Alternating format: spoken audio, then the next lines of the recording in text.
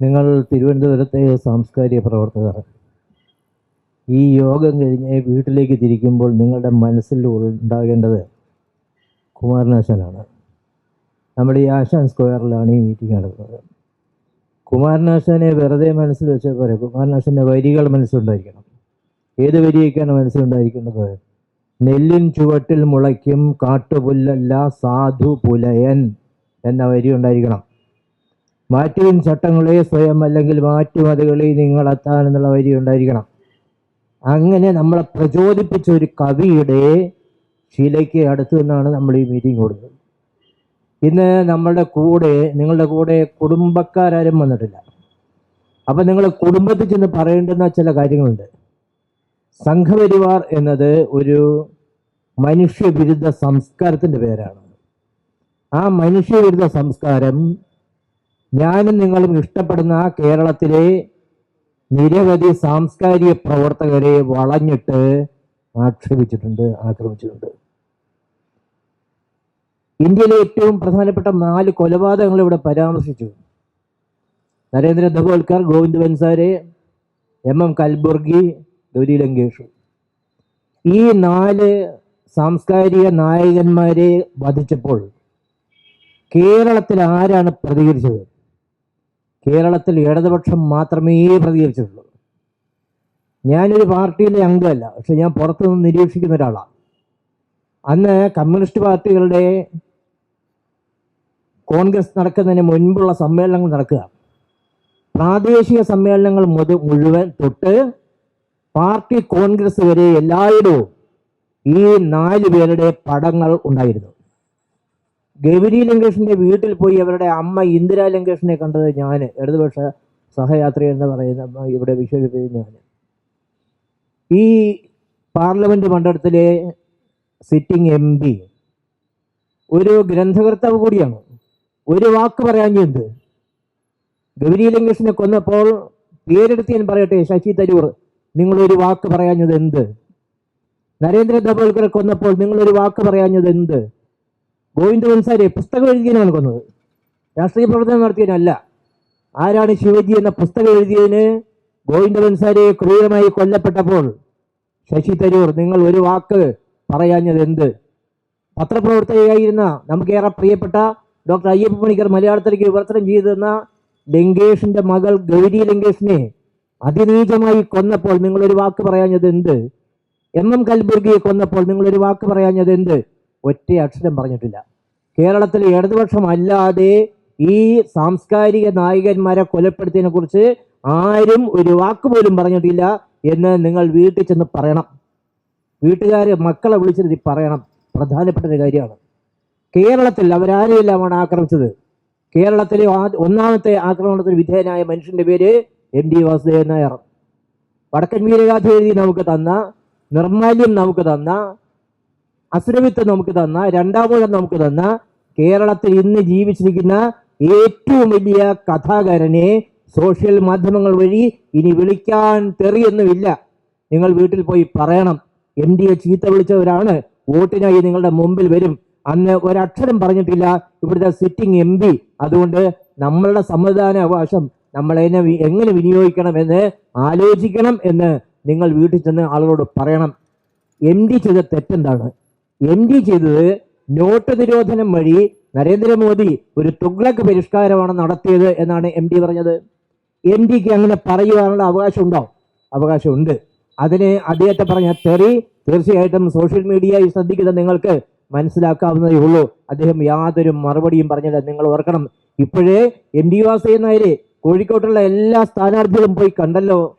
MD Vasudevan Nair പത്രക്കാരെ വിളിച്ച് ഒരൊറ്റ സ്ഥാനാർത്ഥിയെ കുറിച്ച് മാത്രം പറഞ്ഞു. അത് ഇടതുപക്ഷത്തിന്റെ സ്ഥാനാർത്ഥിയായിട്ടുള്ള പ്രദീപ് കുമാറിനെ കുറിച്ചാണ്. പ്രദീപ് കുമാർ വളരെ കാലമായി കോഴിക്കോട്ടെ നിയമസഭാംഗമാണ്. ഒരുപാട് വികസന പ്രവർത്തനങ്ങൾ അദ്ദേഹം നടത്തിയിട്ടുണ്ട്. ഇദ്ദേഹം പാർലമെന്റ് മെമ്പറായാൽ അതുപോലെയുള്ള വികസന പ്രവർത്തനങ്ങൾ നമ്മളുടെ പാർലമെന്റ് നിയോജക മണ്ഡലങ്ങളിൽ ഉണ്ടാകുമെന്ന് ഒരൊറ്റ ആളിന് വേണ്ടി മാത്രമാണ് MD വാസുദേവൻ പറഞ്ഞത് എന്ന് വീട്ടിൽ ചെന്ന് വീട്ടുകാരോട് പറയണം. രണ്ടാമത് MM ബഷീറിനെ ആക്രമിച്ചു. MM ബഷീർ രാമായണം വായിക്കരുതെന്നാണ് പറഞ്ഞത്. കാരണം എന്താ? അദ്ദേഹത്തിന്റെ പേര് MM ബഷീർ എന്നായതുകൊണ്ട്. അവർക്ക് എന്തറിയാം? എന്തുമാത്രം വലിയ മൈത്രി ഉണ്ടായിരുന്ന ഒരു നാടാണ് കേരളം. അയ്യപ്പൻ പാട്ടിൽ ശാസ്താം പാട്ടുണ്ടല്ലോ, ശാസ്താം പാട്ടിൽ ഒടുക്കുകൂട്ടി പാടുന്ന ഒരു പാട്ടുണ്ട്, വാവരുടെ ജന്മത്തെ കുറിച്ചുള്ള പാട്ട്. പൂമരം കാണുവാൻ പോവല്ലേ പാത്തുമ്മ, പൂമരത്തിൽ ചതിയുണ്ടല്ലോ പാത്തുമ്മ. ഇത് അയ്യപ്പൻ പാട്ടിന് പാടുന്ന പാട്ടാ. അതാണ് കേരളം. മാപ്പിള രാമായണം ഉണ്ടായ നാടാണ് കേരളം. 3 പെണ്ണിനെ ദശരഥൻ നിക്കാഹ് ചെയ്ത പാട്ട്, അമ്മികുമ്മായം മറിഞ്ഞും മക്കളില്ല പാട്ട്. ലാമ ലാമ ലാമ ലാമ ലാമ ലാമ ലാമ ലാമ ലാമ ലാമ ലാമ ലാമ ലാമ ലാമ. പായസം കൊടുത്തു 3 4 പെറ്റ പാട്ട്, 4ലും കേമനാം ലാമൻ്റെലു കൂട്ടും പാട്ട്. ലാമ ലാമ ലാമ ലാമ ലാമ ലാമ ലാമ ലാമ ലാമ ലാമ ലാമ ലാമ ലാമ ലാമ.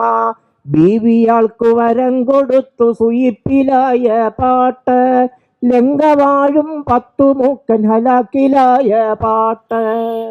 ഒരു കാലത്ത് കേരളത്തിലുണ്ടായ പാട്ടാണ്. TH കുഞ്ഞിരാമൻ നമ്പ്യാർ ഈ പാട്ട് പാടി വടകരയിലും പരിസര പ്രദേശത്തും നടക്കുന്ന സമയത്ത് ഒരാൾ പോലും എതിർക്കാൻ ഉണ്ടായിരുന്നില്ലല്ലോ. പക്ഷേ ഇങ്ങനെയുള്ള സംസ്കാരമുള്ള കേരളത്തിലാണ് ഡോക്ടർ MM ബഷീറിനോട്, മലയാള അധ്യാപകനായിട്ടുള്ള MM ബഷീറിനോട് നിങ്ങൾ രാമായണം വായിക്കരുത് എന്ന് പറഞ്ഞത്. വീട്ടിൽ ചെന്ന് ഇത് പറഞ്ഞു കൊടുക്കണം. 3ാമത് S ഹരീഷിന് നേരെ ഉണ്ടായ ആക്രമണം. S ഹരീഷിന്റെ മീശ എന്ന നോവലിലെ പ്രധാന പ്രമേയം ഒരു ദളിതൻ മീശ വയ്ക്കുന്നതാണ്. വാവച്ചൻ എന്ന പേരുള്ള ഒരു ദളിതൻ മീശ വയ്ക്കുന്നതാണ്.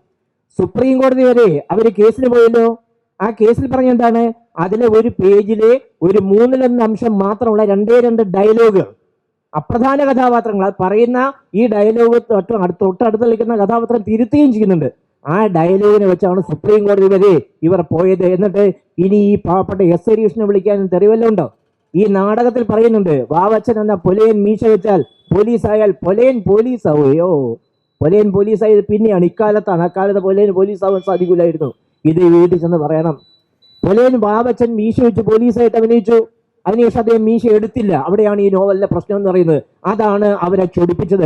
അവരിപ്പോഴും പുലയ സമുദായത്തിൽപ്പെടുന്ന ആൾക്കാർ മീശ വയ്ക്കാതെ, ചെരുപ്പിടാതെ, വീട് വയ്ക്കാതെ, അയ്യങ്കാളി ശ്രമിച്ചിട്ട് പോലും നടക്കാത്ത രീതിയിൽ പഠിപ്പിക്കാൻ സമ്മതിക്കാതെ കഴിഞ്ഞുകൂടണം എന്ന് മനുസ്മൃതി പറഞ്ഞിരിക്കുന്ന പോലെ നടപ്പാക്കണം എന്ന് വിശ്വസിക്കുന്നവരാണ് S ഹരീഷിനെ തെറി വിളിച്ചത്. വീട്ടിൽ ചെന്ന് പറയണം. ഒരു പാവപ്പെട്ട നോവലിസ്റ്റിനെ പച്ചത്തെറി വിളിച്ച ആൾക്കാരാണ് അവർ. നമ്മളോട് വോട്ട് ചോദിക്കാൻ വരുമ്പോൾ ഇവിടുത്തെ സിറ്റിംഗ് MP ഈ വിഷയത്തിൽ ഒരൊറ്റ അക്ഷരം മിണ്ടിയിരുന്നില്ല എന്ന് നമ്മൾ പറയണം. ഇനി വീട്ടിൽ ചെന്നിട്ട് യൂട്യൂബ് എടുത്തിട്ട് സുനിൽ പികളെ എടുത്തിട്ട് ഒരു പ്രഭാഷണം കേൾപ്പിക്കണം.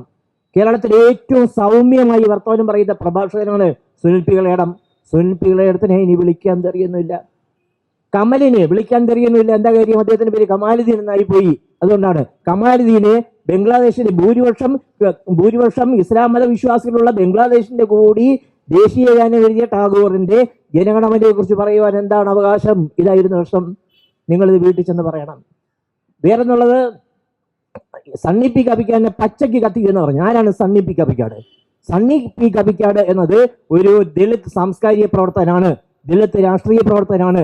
തീർച്ചയായിട്ടും നവോത്ഥാന മൂല്യങ്ങളെ സംരക്ഷിക്കാൻ വേണ്ടി ഈ ശബരിമല ഇഷ്യൂ ഉണ്ടായ സമയത്ത് തിരുവനന്തപുരത്ത് നിന്നും എരുമേലിയിലേക്ക് വില്ലുവണ്ടി യാത്ര നടത്തിയ ആളാണ്. നല്ല പ്രസംഗകനാണ്. യൂട്യൂബ് തുറന്നിട്ട് സണ്ണി M കപ്പിക്കാടിന്റെ പ്രസംഗം വീട്ടുകാരെ കേൾപ്പിച്ചു കൊടുക്കണം. ഈ സണ്ണി M കപ്പിക്കാടിനെ പച്ചയ്ക്ക് കത്തിക്കും എന്നാണ് പറഞ്ഞത്. പിന്നെ ആക്രമണത്തിന് വിധേയനായത് ഞാനാണ്. എന്നെ 6 തവണയാണ് ഒറ്റയ്ക്കും കൂട്ടായും ആക്രമിച്ചത്. ഒരു തവണ ഞാൻ പറഞ്ഞത് വടയമ്പാടിയിലെ പുലയ സമുദായക്കാർ പെരുമാറിയിരുന്ന മൈതാനം കെട്ടിയടച്ചു. സവർണ സംസ്കാരമുള്ളവർ NSSകാർ അതിനെ അനുകൂലിക്കുകയായിരുന്നു സംഘപരിവാർ. അതിനായിരുന്നു ഒരിക്കൽ എന്നെ ആക്രമിച്ചത്. അശാന്തരന്റെ പേരുള്ള ഒരു പാവപ്പെട്ട ദളിത് ആർട്ടിസ്റ്റിന്റെ മൃതശരീരം എറണാകുളത്തെ ദർബാർ ഹാളിൽ വെക്കുവാൻ അവർ സമ്മതിച്ചില്ല. അതിന് മുൻകൈ എടുത്തത് നിങ്ങൾ ഓർക്കണം. എറണാകുളം നഗരസഭയിലെ കോൺഗ്രസിന്റെ അംഗമാണ്. കോൺഗ്രസും സംഘപരിവാറും തമ്മിൽ ഒരു വ്യത്യാസമില്ല.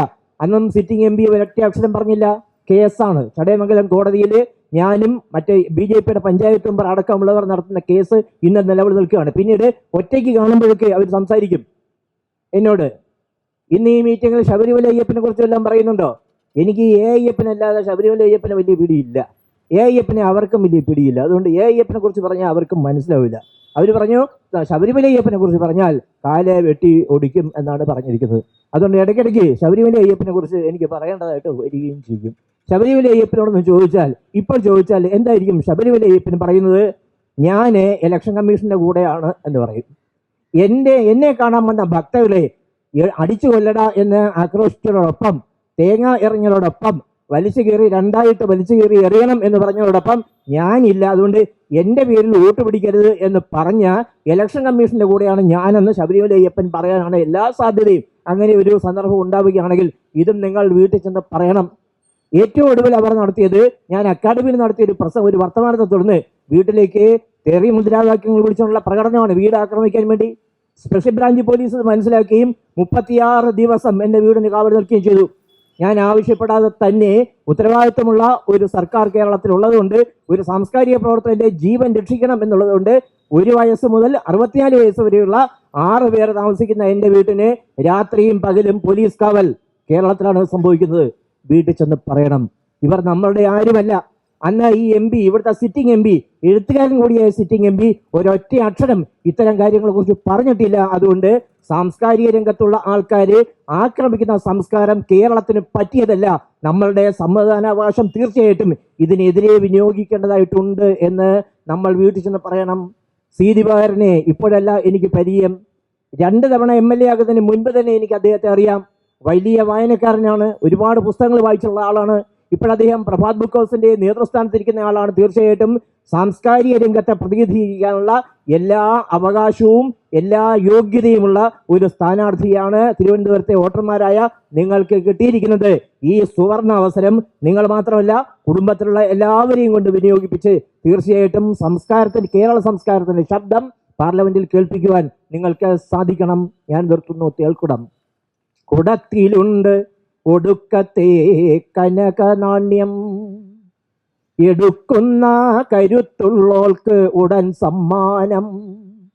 അവൾക്കാണന്നർദ്ധദേശം സ്വതന്ത്ര സൗധം, അവൾക്കാണീ വജ്രഹാരം വിശിഷ്ട വസ്ത്രം. വിനോദത്താൽ മതം കൊണ്ട മഹാരാജാവിൻ വിളംബര ചെണ്ട ദിക്കിൻ ചുമർ പൊട്ടിച്ചു. തൊടികൊട്ടി കൊടിയേറ്റി അരങ്ങ് കെട്ടി, തലസ്ഥാനം പെൺമിടുക്കിൻ വരക്കം കാത്തു. പുരുഷാരമാർത്തിരമ്പി പേമഴ പെയ്തു, ഒരുത്തിയും വരുത്തില്ലെന്നടക്കം കൊണ്ടു. കുടത്തിൽ വാളുയർത്തിയ കരിന്തേളിൻ്റെ വിഷക്കോളിൽ നീലവാനം പുകഞ്ഞു കണ്ടു. അടിമപ്പെണ്ണൊരുവൾ വന്നടുത്തു നിന്നു, കുടത്തിന്മേൽ വലം കൈ വച്ചുറച്ചു നിന്നു. പതുക്കെ നീൾവിരൽ നീട്ടി ഘടാകാശത്തിൽ പരതുന്നു, തേളടങ്ങി ഒതുങ്ങിയിടുന്നു. ഇവളും എൻ ദുർവിധി പോൽ കുടത്തിനുള്ളിൽ കുടുങ്ങിയോളാണ്, അവളെ തൊടില്ലൻ ദാഹം. കനക നാണയം നീട്ടി അവൾ നിൽക്കുമ്പോൾ കരിന്തേളപ്പൂവിരലിൽ നിദ്ര കൊള്ളുന്നു. അടിമപ്പെണ്ണിന്റെ ദേശം വസന്തവംശം, കരിന്തേള പതാകയിൽ അശോക ചക്രം. നമസ്കാരം.